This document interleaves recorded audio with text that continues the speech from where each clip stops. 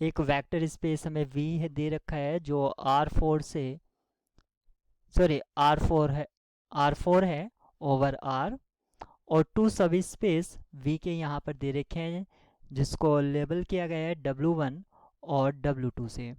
आपसे डायमेंशन पूछी गई है रेस्पेक्टिव W1 W2 इंटरसेक्शन और सम की।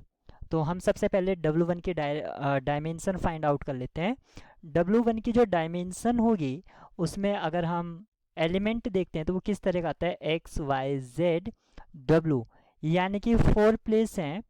इन 4 प्लेस पर हम कितनी जगह इंडिपेंडेंट है कोई भी रियल वैल्यू पुट करने के लिए। साथ ही साथ एक्स वाई जेड डब्लू में कुछ रिलेशन है, जैसे कि 2x minus Y plus Z equals to 0 and x plus Y plus W equals to 0। अगर हमें ये निकालना है कि हम कितनी जगह पर इंडिपेंडेंट हैं, तो ये जो एक्स वाई जेड डब्लू यहाँ पर एलिमेंट हैं, ये इन दो प्रॉपर्टीज़ को सेटिस्फाई करना चाहिए। यानी कि अगर मैं इनको मैट्रिक्स रिप्रेजेंटेशन में लिख लेता हूँ और मैं वहाँ से फ्री वेरिएबल देखूंगा, क्योंकि फ्री वेरिएबल ही बताएंगे कि हाँ यहाँ पर जो एक्स वाई जेड डब्ल्यू जिनको मैं वेरिएबल बोल रहा हूँ कितने वेरिएबल फ्री हैं। तो उसके लिए सबसे पहले 2 1 2 माइनस 1 1 और 0 1 1 0 1। आप यहाँ पर देख सकते हैं किसी भी तरह से मैं ये तो पाइवोट रहेगा ही रहेगा। अगर यहाँ पर 0 फॉर्म कर देता हूँ तो ये एंट्री 0 नहीं होगी, तो 2 पाइवोट हमें मिलेंगे। यानी कि इस मैट्रिक्स की जो रैंक है वो आपके पास 2 रहेगी और नलिटी इसकी 4 हो जाएगी। यहाँ पर नलिटी भी 2 हो जाएगी। यानी कि यहाँ पर 2 वेरिएबल फ्री हैं, 2 फ्री वेरिएबल हैं। तो W1 की जो डायमेंशन है वो आपको 2 मिल गई है। ऑप्शन ए यहाँ पर करेक्ट हो गया है। अब हम W2 की डायमेंशन चेक करेंगे। W2 की भी डायमेंशन चेक करने के लिए मैं सबसे पहले इसको मैट्रिक्स फॉर्मेट में लिख लूँगा। 1 माइनस 2 1 माइनस 1 फिर 1 1 0 0। तो आप यहाँ पर देख सकते हैं कि एक ये पाइवोट रहेगा और एक ये पाइवोट रहेगा। 2 पाइवोट हैं तो 2 आपके पास फ्री वेरिएबल हैं।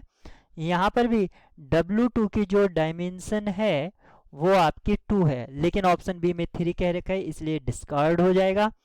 अब हमें इंटरसेक्शन और सम की डायमेंशन फाइंड आउट करनी है।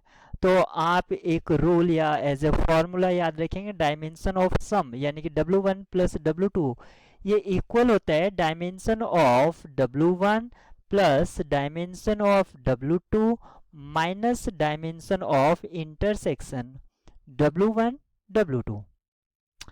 इस फॉर्मूला का यूज करके हम यहाँ पर डायमेंशन फाइंड आउट करेंगे। तो सबसे पहले हम इंटरसेक्शन की डायमेंशन निकालना हमारे लिए इजी है। तो इंटरसेक्शन की डायमेंशन निकालने के लिए, क्योंकि इंटरसेक्शन में भी वही आपका एलिमेंट एग्जिस्ट करेगा एक्स वाई जेड डब्ल्यू, लेकिन जो एक्स वाई जेड डब्ल्यू है अब W1 और W2 दोनों की प्रॉपर्टीज को सेटिस्फाई करेंगे। दोनों की प्रॉपर्टीज सेटिस्फाई करने के लिए उनमें उसको हम जो 4 कंडीशन है, क्योंकि W1 की 2 कंडीशन है W2 की 2 कंडीशन है, चारों कंडीशन को एक साथ मैं मैट्रिक्स फॉर्मेट में लिख लेता हूं। तो वो होगा 2 माइनस 1 1 0, ये W1 की पहली कंडीशन। फिर 1 1 0 1, फिर W2 की कंडीशन। W2 की हमारे पास कंडीशन है 1 माइनस 2 1 माइनस 1 और 1 1 0 0। तो मैं क्या करता हूँ यहाँ पर एलिमेंट्री रॉ ऑपरेशन लगाता हूँ और R4 को R1 से रिप्लेस कर देता हूँ। तो इसका जो इक्विवेलेंट मैट्रिक्स होगा वो होगा 1 1 0 0 और लास्ट रो होगी 2 माइनस 1 1 0 और फर्स्ट सेकंड और थर्ड रो को मैं सेम रखता हूँ। अब मैं इस पर कुछ ऑपरेशन अप्लाई करूँगा ताकि मुझे पाइवोट पोजीशन मिल जाए।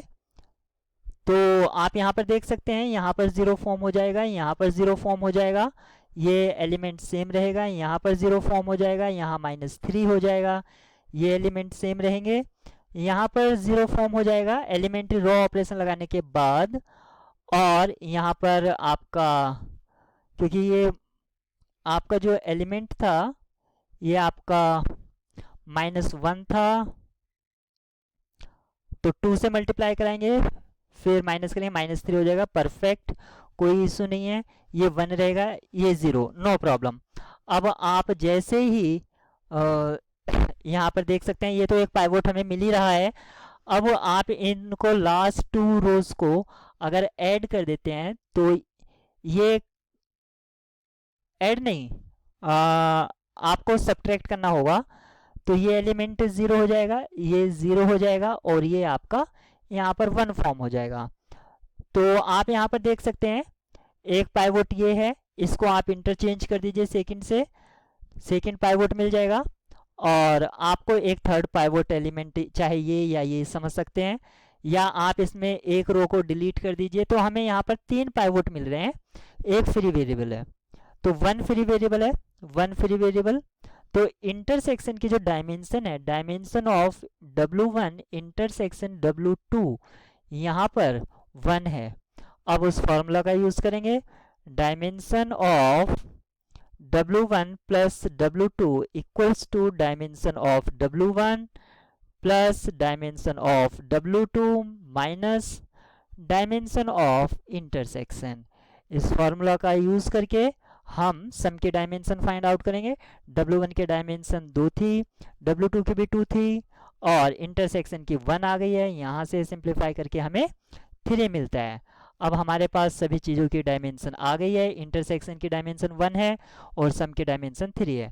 तो इस प्रॉब्लम के लिए जो की है वो ऑप्शन A, C, D है।